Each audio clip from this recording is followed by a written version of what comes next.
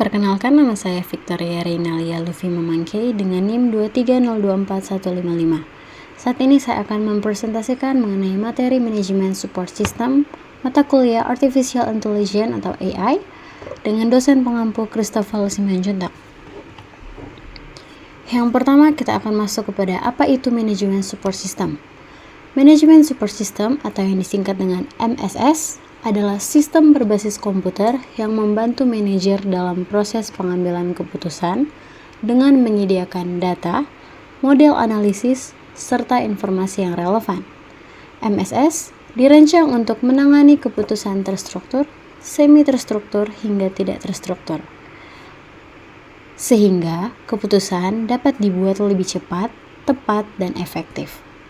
MSS mencakup 6 jenis utama, yaitu Decision Support System, disingkat dengan DSS, Group Support System, disingkat dengan GSS, Executive Information System, yang disingkat dengan EIS, Expert System, yang disingkat dengan ES, Artificial Neural Network, dengan singkatan ANN, dan yang terakhir ialah Hybrid Support System.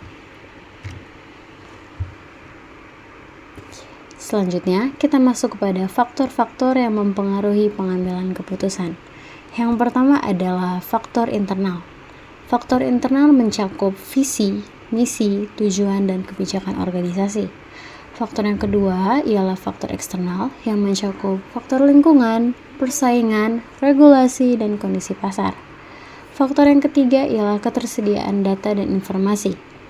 Faktor ini mencakup kualitas, kuantitas, dan akurasi data yang dimiliki. Dan yang keempat ialah faktor keterampilan dan pengalaman pengambilan keputusan yang mencakup pengetahuan, kemampuan analisis, dan intuisi manajer. Dan yang terakhir ialah faktor tekanan waktu dan risiko, yakni faktor yang mencakup tingkat urgensi pengambilan keputusan dan ketidakpastian hasil. Kita masuk kepada fase proses pengambilan keputusan. Fase ini yang pertama ialah intelligence, yakni mengidentifikasi masalah yang sedang terjadi. Fase proses yang kedua ialah fase proses design, yaitu merancang dan menyusun alternatif solusi yang mungkin dilakukan. Ketiga ada fase proses choice, yakni memilih alternatif terbaik yang dianggap paling sesuai. Dan yang keempat ialah fase proses implementation, yaitu menerapkan keputusan yang sudah dipilih. Dan yang paling terakhir ialah fase proses monitoring, yaitu mengevaluasi hasil keputusan untuk memastikan keefektivitasannya. Selanjutnya ada proses-proses pada kerangka pendukung keputusan. Yang pertama ada identifikasi masalah, yakni menentukan permasalahan yang perlu diselesaikan. Kedua, ada pengumpulan data relevan, yaitu mengumpulkan informasi dan data yang mendukung. Ketiga, ada analisis alternatif, yaitu menilai berbagai opsi atau solusi yang tersedia.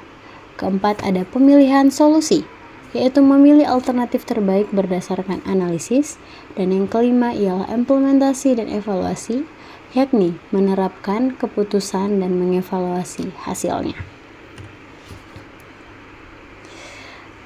Nah, kita akan masuk kepada yang paling kita akan fokuskan pada materi kali ini, yaitu Decision Support System, yaitu yang disingkat dengan DSS. DSS sendiri ialah sistem berbasis komputer yang membantu pengambilan keputusan dalam memecahkan masalah semi-terstruktur. DSS tidak menggantikan keputusan manusia, tetapi menyediakan analisis, simulasi, dan rekomendasi untuk mendukung proses pengambilan keputusan. Syarat-syarat DSS. Yang pertama ada interaktif dengan pengguna. Kedua, mudah digunakan atau user-friendly. Ketiga, fleksibel dan adaptif. Keempat, memberikan informasi tepat waktu. Dan yang kelima ialah mampu menganalisis data dan memberikan alternatif solusi. Selanjutnya ada istilah-istilah DSS. Yang pertama ada model, yaitu representasi masalah nyata.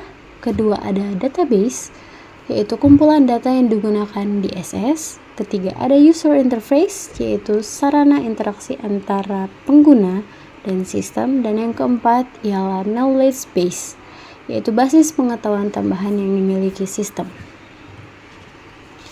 Nah, selanjutnya di sini ada karakteristik dan kemampuan DSS nih.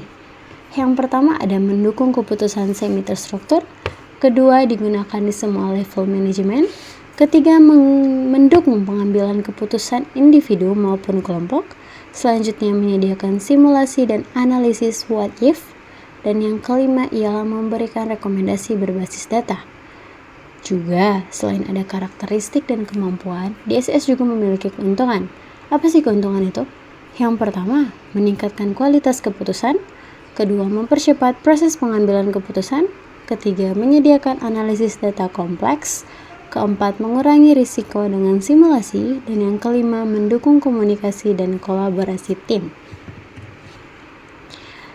Selain itu, ada juga komponen DSS. Yang pertama, DBMS, yakni menyimpan dan mengelola data, MBMS, menganalisis, memperhitungkan, dan simulasi kebutuhan. Selanjutnya ada user interface, yaitu media interaksi pengguna, dan ada knowledge base, yakni informasi tambahan untuk rekomendasi. Dengan catatan, komponen ini bersifat opsional. Selain itu di sini juga ada model konseptual DSS. Yang pertama ada input, yaitu data dari sumber internal maupun eksternal organisasi. Kedua ada proses, yaitu analisis, perhitungan, dan simulasi untuk menilai alternatif keputusan.